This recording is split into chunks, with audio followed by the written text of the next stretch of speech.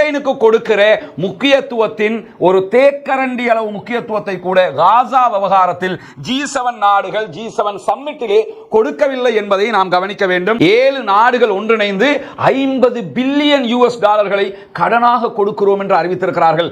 50 billion கற்பனை கூட பண்ண முடியாது. ஒசாமா ஹம்தான் அவர்கள் CNN-க்கு ஒரு பேட்டி வழங்கி இருக்கிறார். நீங்கள் இஸ்ரேலை எதிர்த்தீர்கள் என்றால் உங்களை அவர்கள் கொல்லுவார்கள், எதிர்க்கவில்லை என்று சொன்னால் உங்களை கொல்லுவார்கள், பிளஸ் உங்களுடைய இடத்தையும் அபகரித்துக் கொள்வார்கள். தங்க மக்களையே காப்பாற்ற முடியாம வெக்கங்கட்டவங்க கொன்று குவிக்கிறாங்கன்னு சொன்னா பாலஸ்தீன மக்களை இவங்க கொல்லாம இருப்பாங்களா? எந்த அளவுக்கு உச்சம் தொட்டு இருக்கிறது என்று சொன்னால் ஹிஸ்புல்லாக்கள் வடக்கு நகரங்களை எரித்துக் கொண்டிருக்கிறார்கள். அவர்களுடைய ஏவுகணைகள் வடக்கு நகரங்களை ஆக்கிரமித்துக் கொண்டிருக்கிறது.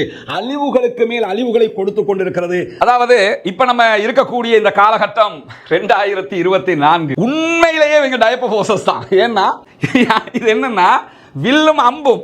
வில்லுல அம்புல என்ன செய்யறான்னு கேட்டா தீ வச்சு அம்பை எஞ்சிக்கிட்டு இருக்கிறாங்க. இதுக்கு காரணம் வேற சொல்லியிருக்கிறாங்க. என்னன்னா எவ்வளவு சீரியஸான ஒரு யுத்தம், அதுல அம்பை எஞ்சிக்கிட்டு இருக்கிறாங்க. ஏன்னா காட்டெல்லாம் நெருப்பு வச்சு எரிக்கணுமா.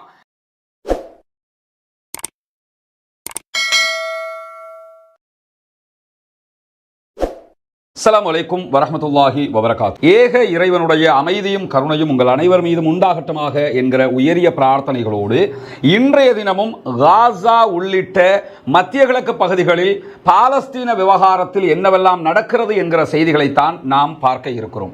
இன்றைய செய்திகளின் முதன்மை செய்தியாக இன்றைக்கு நாம் பார்க்க இருக்கக்கூடிய ஒரு விவகாரம் என்னவென்றால், இன்றைய தினம் நமக்கெல்லாம் தெரியும் G7 உச்சி மாநாடு நடைபெற்று வருகிறது.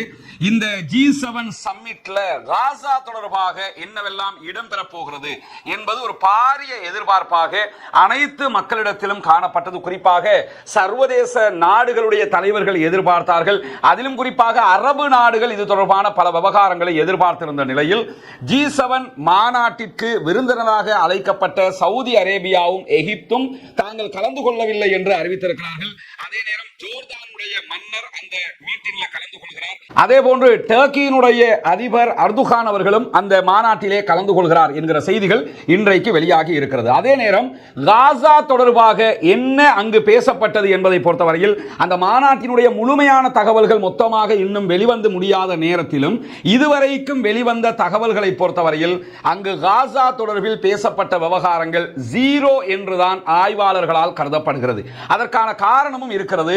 இந்த மாநாடு முழுவதுமாக ரஷ்யாவுக்கு எதிராக G7 மாநாடு மொத்தமாக உக்ரைன் தொடர்பாகவே பேசி இருக்கிறது. உக்ரைனில் அநியாயம் நடக்கிறது, உக்ரைனில் ரஷ்யா அநியாயம் செய்கிறது, உக்ரைனை பாதுகாப்பது நம்முடைய கடமை என்கிற விதமாகத்தான் இந்த மாநாடு முழுவதுமாக கதையாடல்கள் நடத்தப்பட்டிருக்கிறது.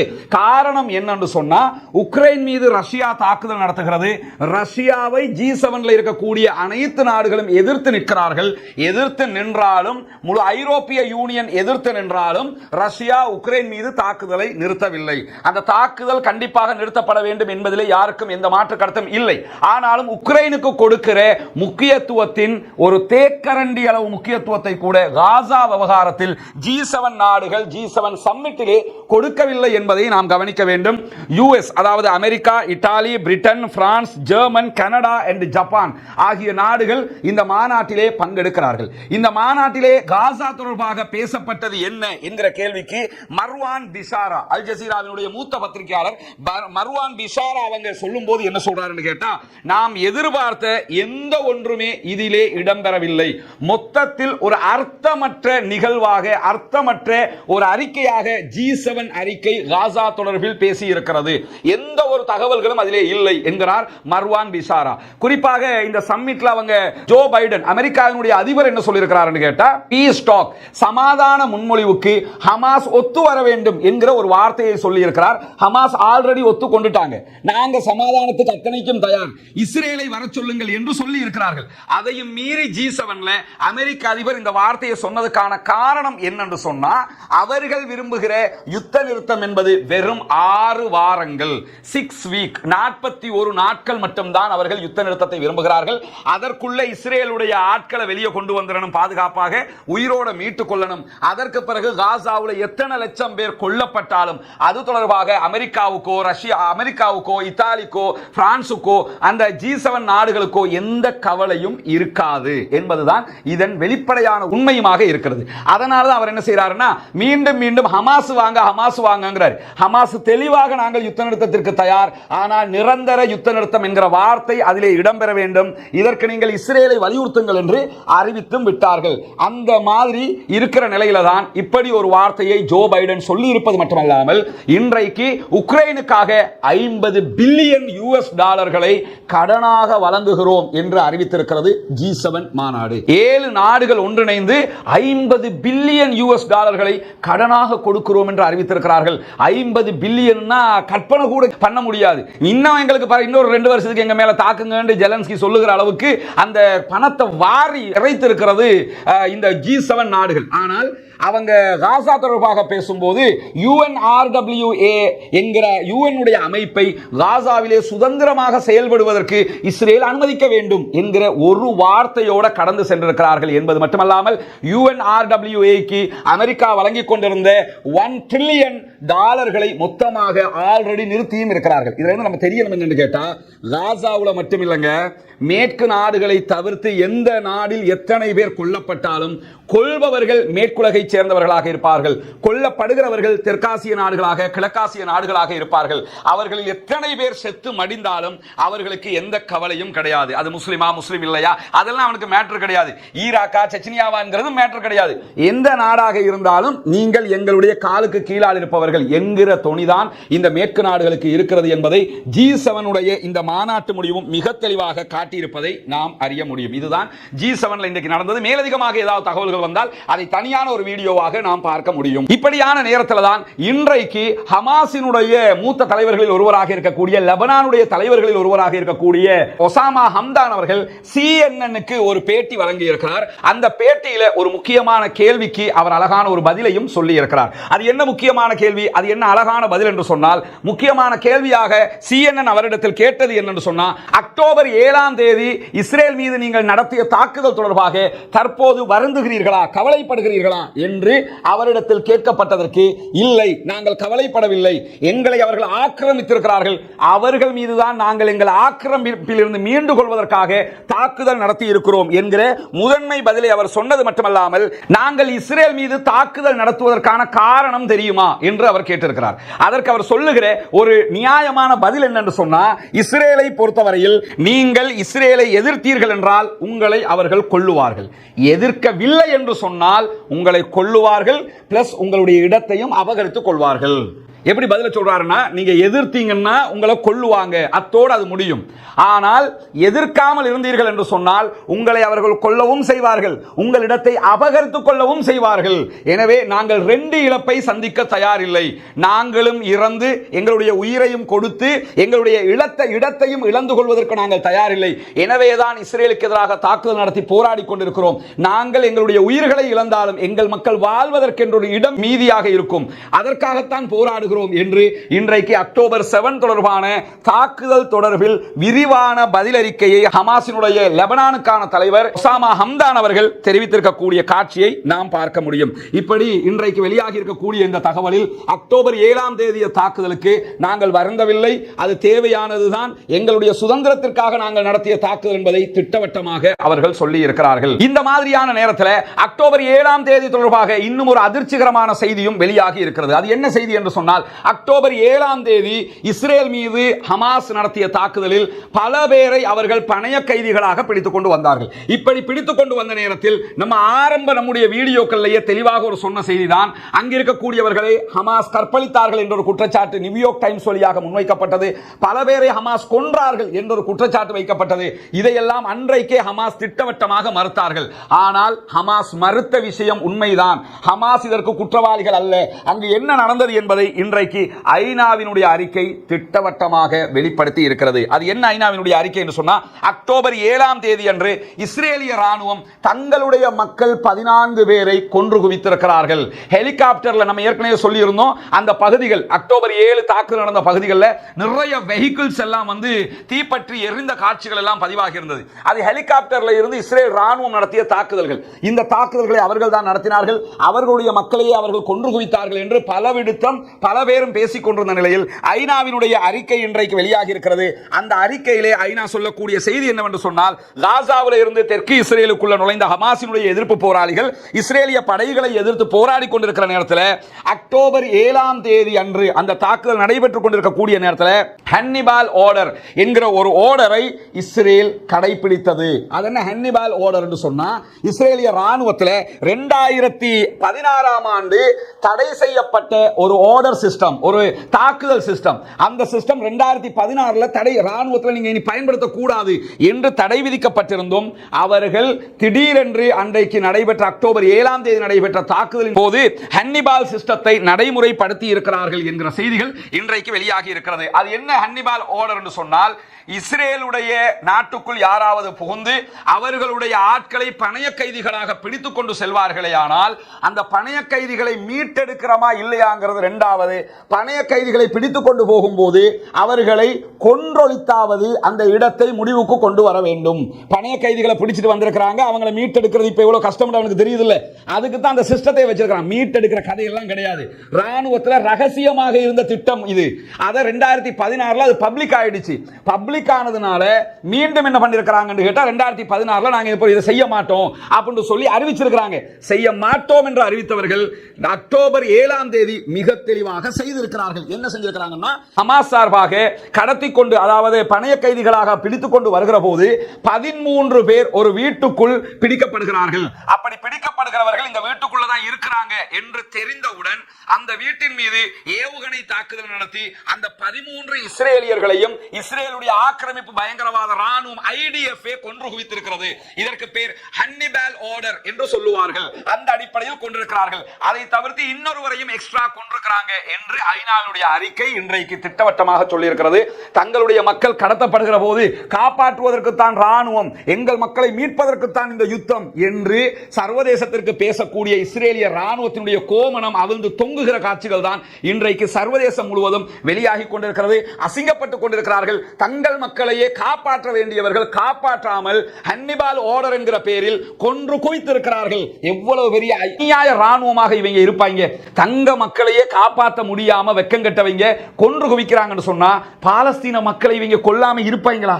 இந்த அநியாயத்தை பார்த்து இப்படி எல்லாம் பண்றானேன்னு நம்ம நினைக்கிறோம்ல, இதை மீறியும் அவன் பண்ணுவான். ஏன்னா தங்களுடைய மக்களையே கொன்று குவித்திருக்கிறான் என்பது திட்டவட்டமாக இன்றைக்கு தெரிந்த ஒரு விவகாரமாக பப்ளிக்ல இன்றைக்கு வெளியாகி இருக்கிறது. இப்படியான நேரத்தில் தான் வார் கண்காணிப்பு அமைப்பு, இந்த யுத்தங்களை கண்காணிக்கக்கூடிய சர்வதேச அமைப்புகள் ISW, CTP ஆகிய அமைப்புகள் இன்றைக்கு ஒரு முக்கியமான செய்தியை வெளியிட்டிருக்கிறார்கள். அவங்க என்ன சொல்றாங்கன்னு கேட்டா, ஹமாஸினுடைய போர் நிறுத்த உடன்பாட்டு ஒப்பந்தத்தை பொறுத்தவரையில் அதை பார்க்கும்போது அவர்கள் மிக தெளிவாக இந்த யுத்தத்தில் வெற்றி பெறுகிறார்கள் என்கிற பாரிய நம்பிக்கையில் இருக்கிறார்கள் என்பதை அது காட்டுகிறது என்று வார் கண்காணிப்பு அமைப்பு இன்றைக்கு சொல்லி இருக்கிறது. யுத்தங்களை கண்காணிக்கக்கூடிய அமைப்பு அது.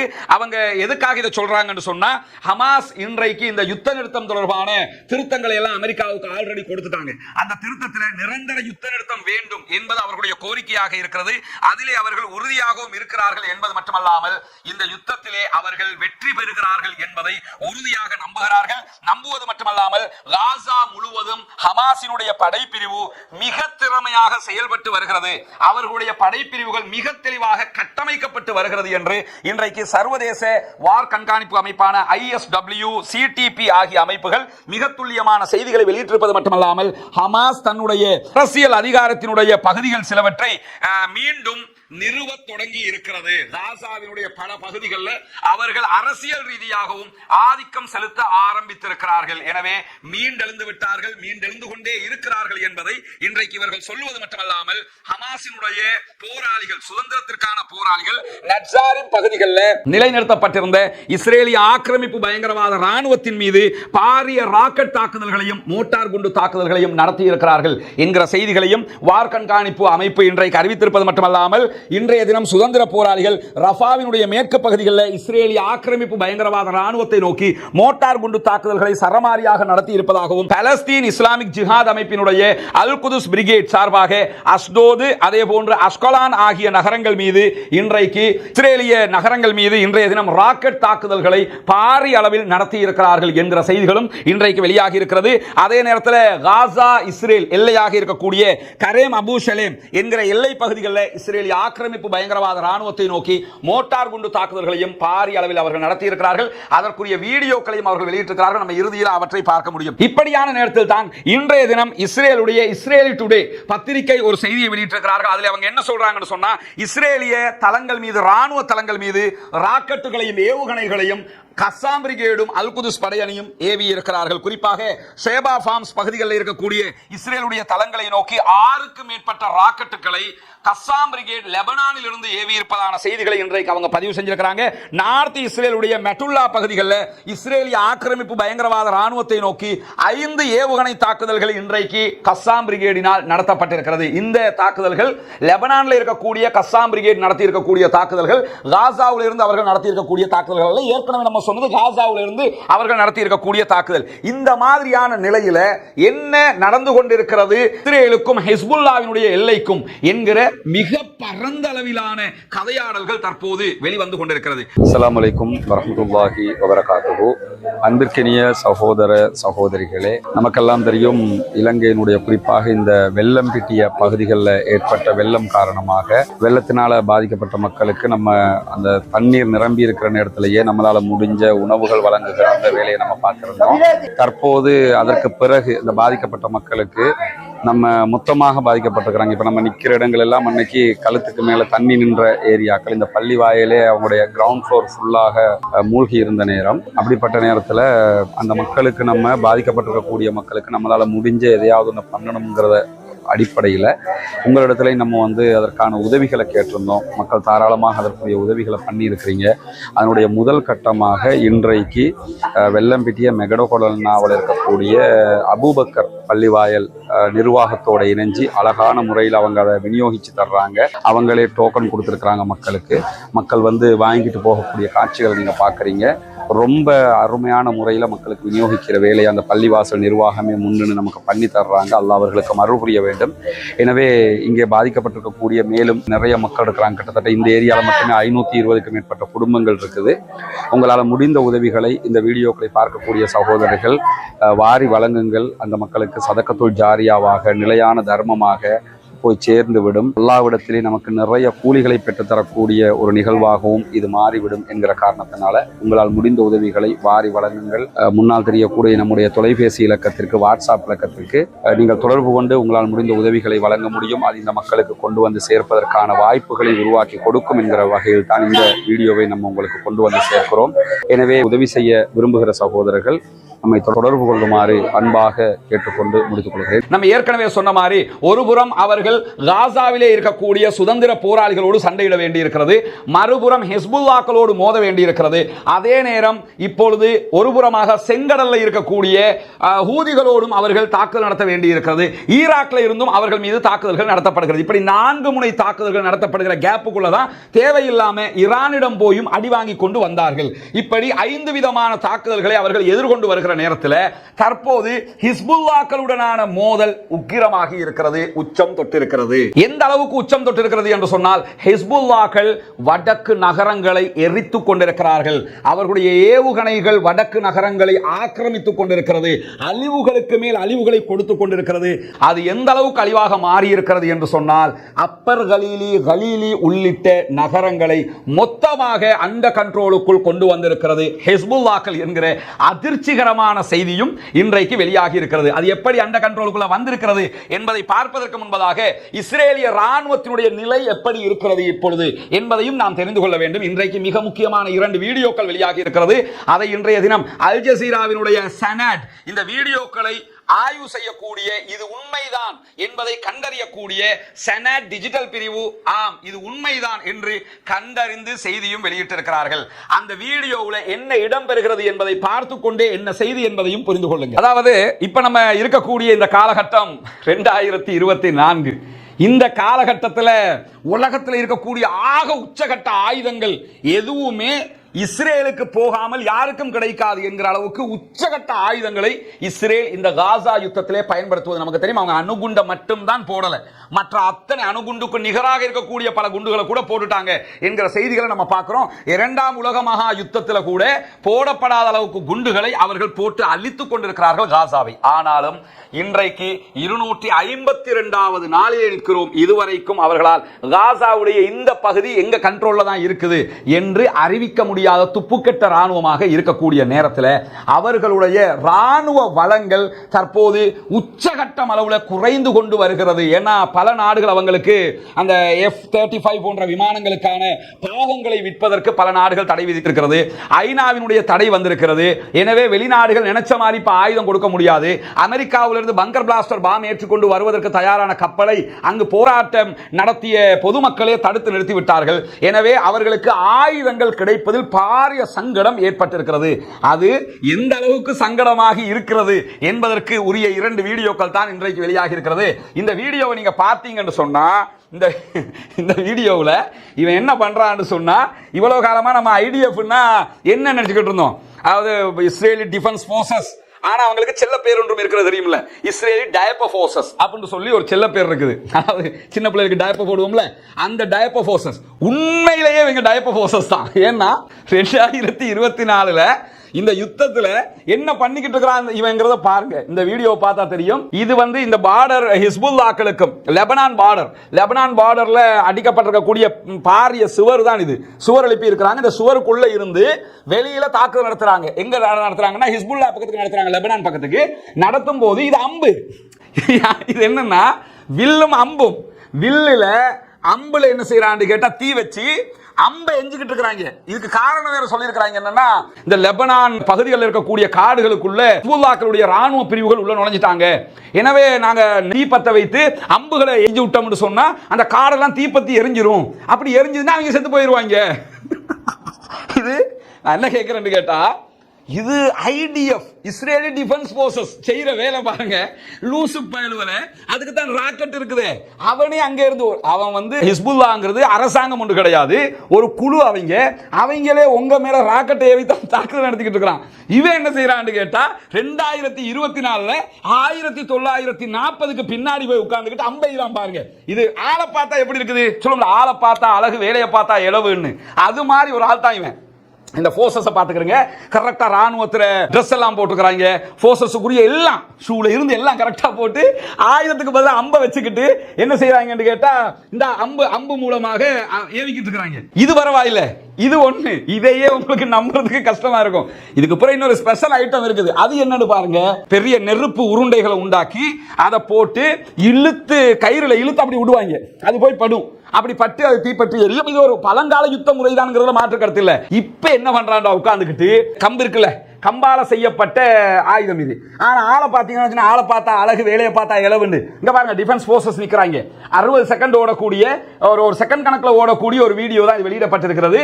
இன்னைக்கு கிழிச்சு தொங்க விட்டுக்கிட்டு இருக்காங்க எல்லா மீடியாக்களையும். இங்க பாத்தீங்கன்னா பாருங்க நெருப்பு போல தான் ஏவிக்கிட்டு இருக்காங்க. இங்க நீங்க பார்க்கலாம், திரும்பவும் அதை பாருங்க. இழுத்து ஹிஸ்புல்லாக்கள் தரப்புக்கு பாருங்க பால வீசுறாண்டா போகுது நெருப்பு பால். இந்த நெருப்பு பால் வீசுற டைமுக்கு நீ ஏவுகணையை அடிச்சிடலாமா இல்லையா? காரணம் என்னவென்று சொன்னால் அவர்களுக்கு இவர்களை சமாளிப்பதா என்பது ஒரு புறம் இருக்க, அவருடைய அரசாங்கத்துக்குள்ள 1000 ஓட்ட உடசலாகி எதுவுமே பண்ண முடியாத பாரிய இக்கட்டுக்கு மாறி நின்று தற்போது நெருப்பு பால் வீசுகிறார்கள். ஈட்டி எடுத்து அம்பு விட்டுக்கிட்டு இருக்கிறாங்க. எங்க போய் அம்பு விட்டுக்கிட்டு இருக்காங்க பாக்குறீங்களா? எவ்வளவு சீரியஸான ஒரு யுத்தம். அதுல அம்பு எஞ்சிக்கிட்டு இருக்காங்க. ஏன்னா காட்டெல்லாம் நெருப்பு வச்சு எரிக்கணுமா? லூசு பயலுவ அவன் காட்ட முழுக்க கோலான் குன்றுகள் மற்ற பகுதிகள் எல்லாம் ஹிஸ்புல்லா ராக்கெட் அடிச்சுக்கிட்டு இருக்கிறான். இது என்ன பண்ணிக்கிட்டு இருக்கிறாங்கிறத பாருங்க. இன்றைக்கு இது பற்றி NBC செய்தி நிறுவனத்தில இஸ்ரேலிய அதிகாரி ஒருத்தர் பேசியிருக்கிறார். அதாவது எங்களுடைய ராணுவத்தில் இப்படி ஒரு தாக்குதல் சிஸ்டமே இல்லையா, ஆயுதங்கள் வேற சிஸ்டம் தான் இருக்கலாம். ஆனா எதுக்கு இதை திடீர்னு பயன்படுத்தி இருப்பாங்கன்னு சொன்னா நான் சொன்ன மாதிரி ஏற்கனவே இந்த காடுகளை அழிக்கிறதுக்கு அதுக்குள்ள எல்லாம் வந்து நிக்கிறாங்க.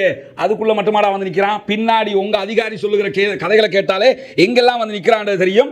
அந்த அளவுக்கு கடுமையான எதிர்வினை தாக்குதல்களை அவர்கள் ஹிஸ்புல்லாக்களிடமிருந்து சந்தித்து வருகிறார்கள். இஸ்ரேலிய தரப்பில் இருக்கக்கூடிய சுமார் 28 நகரங்களையும் கிராமங்களையும் வெற்றிகரமாக தாக்கி அழித்துக் கொண்டிருக்கிறது ஹிஸ்புல்லாக்கள் என்கிற செய்திகள் இன்றைக்கு வெளியாகி இருக்கிற அதே நேரம் இஸ்ரேலுடைய சேனல் 12 இன்றைக்கு வெளியிட்டிருக்கக்கூடிய செய்திகள் என்ன சொல்றாங்கன்னா, தெற்கு காசாவுல இருக்கக்கூடிய ரஃபாவுல ராணுவ தாக்குதலை முடிவுக்கு கொண்டு வரணும் என்று சொல்லி, அதே நேரத்தில் தெற்கு லெபனான்ல அதாவது நார்த் இஸ்ரேல் பகுதிகளில் ஒரு புதிய தாக்குதலை நோக்கி தங்களுடைய படைகளை திசை திருப்புவதற்கான மாற்றுவதற்கான யோசனையை இஸ்ரேலிய ராணுவம் பரிந்துரைத்திருக்கிறது.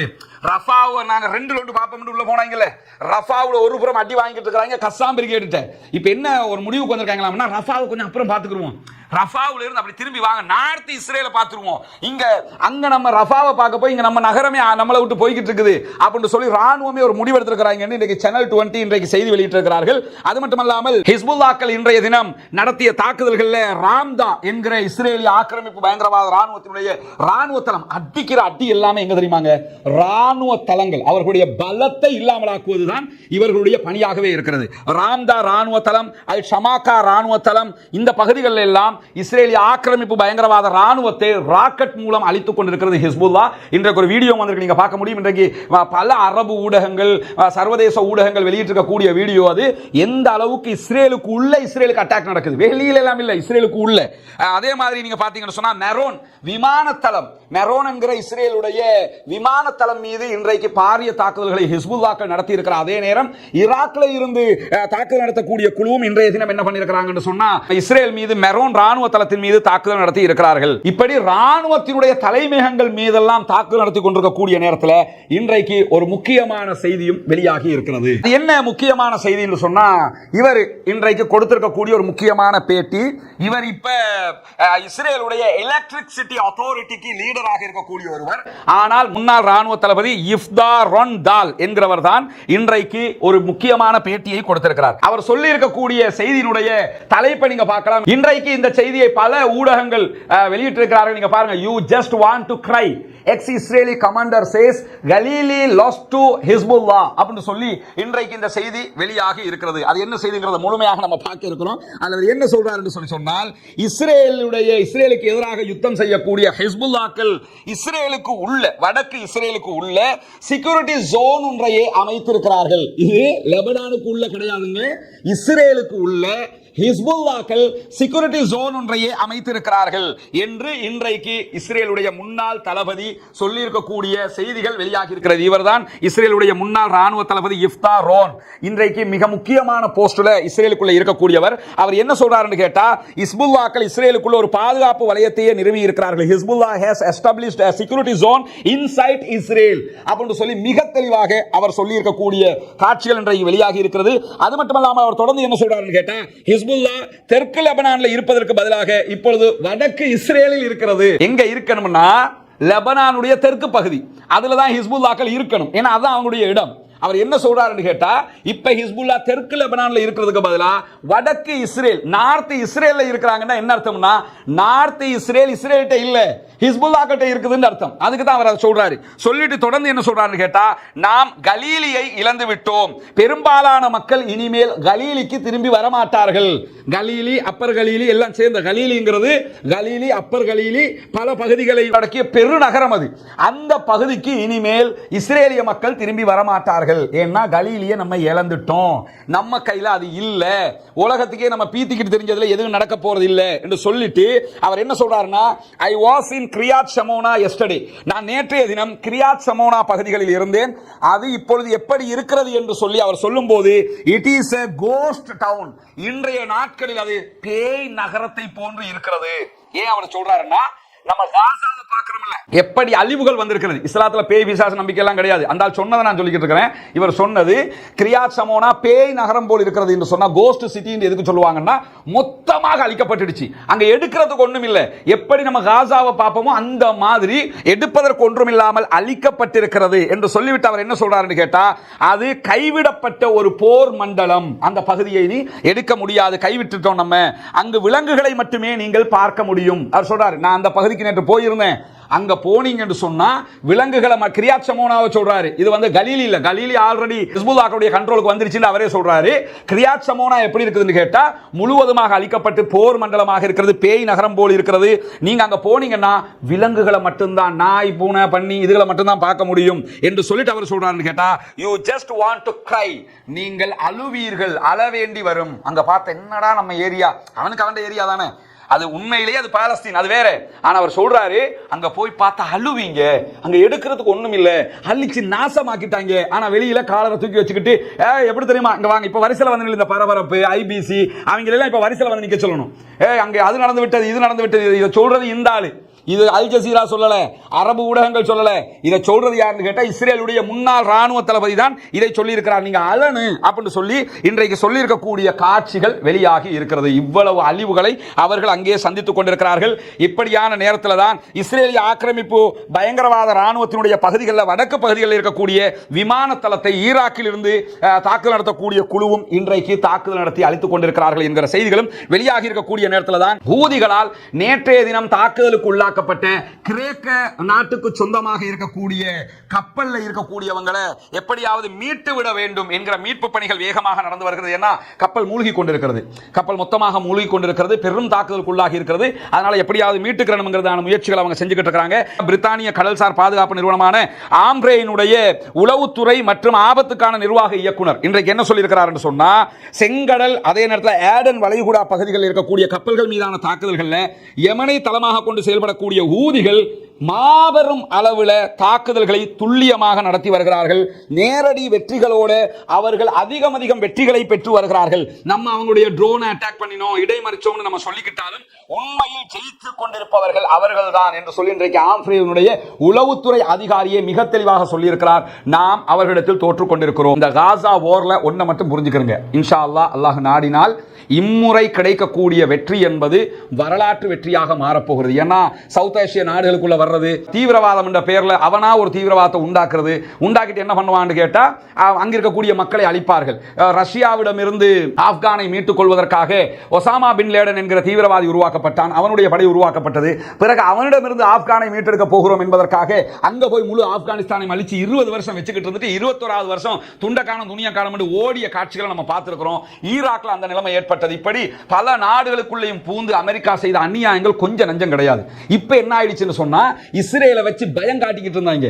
இந்த இடத்துல இஸ்ரேல் தோற்பது சவுதி அரேபியாவிடத்தில் கிடையாது. அப்படி தோத்தா கூட ஒரு கௌரவ தோல்வியும்பாங்கல்ல, சவுதி அரேபியா ஒரு மாபெரும் வல்லரசு, அவங்க கிட்ட தோற்றோம், இல்லன்னு சொன்னா டர்க்கிட்ட நாங்க தோற்று போனோம், ஒரு பெரிய வல்லரசு, அதெல்லாம் கிடையாது. அதாவது ஈரானோட சண்டை பிடிச்சி தோத்து போனா கூட ஈரானிடத்தில் தோத்தோம்னு இருக்கும். இப்ப தோக்குறது அவங்ககிட்ட இல்ல, காசாவினுடைய சுதந்திர போராளிகளிடத்தில் தான் அவர்கள் தோற்றுக் கொண்டிருக்கிறார்கள் என்பதை நாம் உளப்பூர்வமாக புரிந்து கொள்ள வேண்டும். அந்த அடிப்படையில் இன்றைக்கு அவர்கள் இஸ்ரேலுக்கு ஆதரவாக நம்ம போய் நின்று தாக்குதல் நடத்த ஹூதிகள்கிட்ட போனோம்னா ஹூதிகளுடைய தாக்குதலால நம்ம தோத்துக்கிட்டு இருக்கிறோம், அவங்க ஜெயிச்சுக்கிட்டு இருக்கிறாங்க என்று சொல்லி இன்றைக்கு உளவுத்துறை அதிகாரியை சொல்லி இருக்கக்கூடிய செய்தி வெளியாக இருக்கிற அதே நேரம் இன்றைய தினம் செங்கடல்ல ஹூதிகளுடைய 2 ரோந்து படகுகளை அழித்ததாக அமெரிக்காவும் கூறியிருக்கிறது. அவருடைய ரோந்து படகுகள் 2 அழிச்சிருக்கிறாங்க.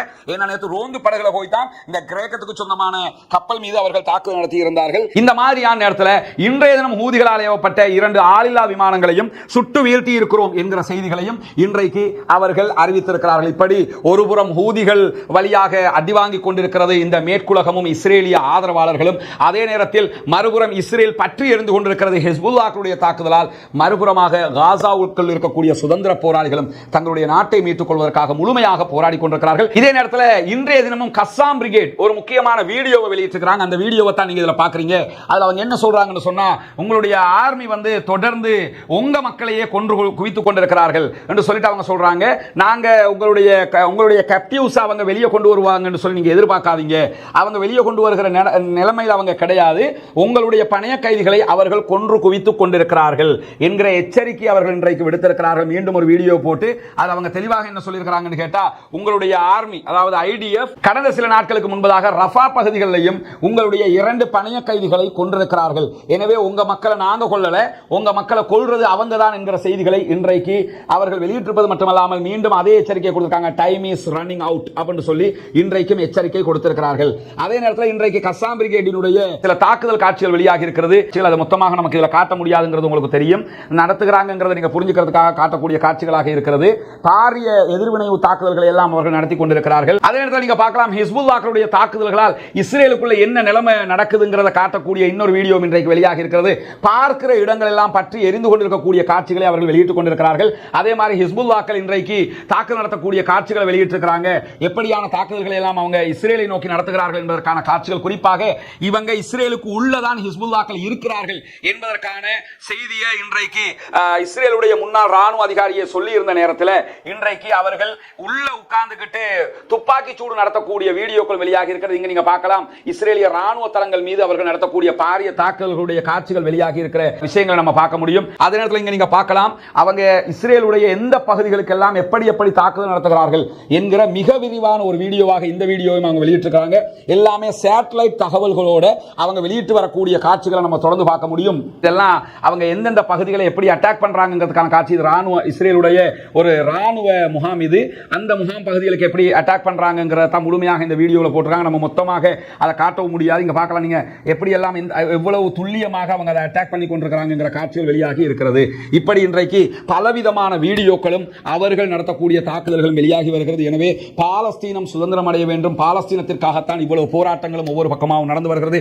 பல நம்முடைய நாடு உட்பட பல சர்வதேச நாடுகளும் இந்த யுத்தம் நிறுத்தப்பட்டு சமாதானம் கொண்டு வரப்பட்டு பாலஸ்தீனம் சுதந்திர நாடாக அறிவிக்கப்பட வேண்டும் என்பதில் உறுதியாக இருக்கிறார்கள். எனவே பாலஸ்தீனம் சுதந்திரம் அடைய வேண்டும், சுதந்திர பாலஸ்தீனம் மிளிர வேண்டும் என்பதற்காக அல்லாஹ்விடத்திலே மறவாமல் கையேந்தி பிரார்த்தனை செய்யுங்கள்.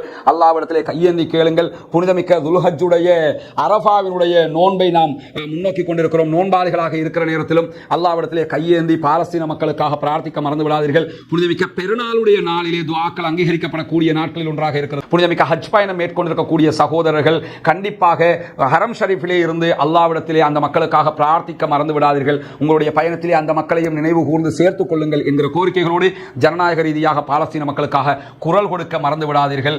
பாலஸ்தீனம் வெற்றி பெற வேண்டும், பாலஸ்தீனம் சுதந்திரம் அடைய வேண்டும், தீவிரவாதம் ஒழிய வேண்டும், பயங்கரவாதம் ஒழிக்கப்பட வேண்டும், இஸ்ரேலிய ஆக்கிரமிப்பு பயங்கரவாத ராணுவத்தினுடைய பயங்கரவாத செயல்பாடுகள் நிறுத்தப்பட வேண்டும், இஸ்ரேலிய அரச பயங்கரவாதம் ஒழிக்கப்பட வேண்டும் என்கிற உயரிய கோரிக்கைகளோடு முடித்துக் கொள்கிறேன். வாஹ்ரது அவ்வானா அல்ஹம்துலில்லாஹி ரப்பில் ஆலமீன்.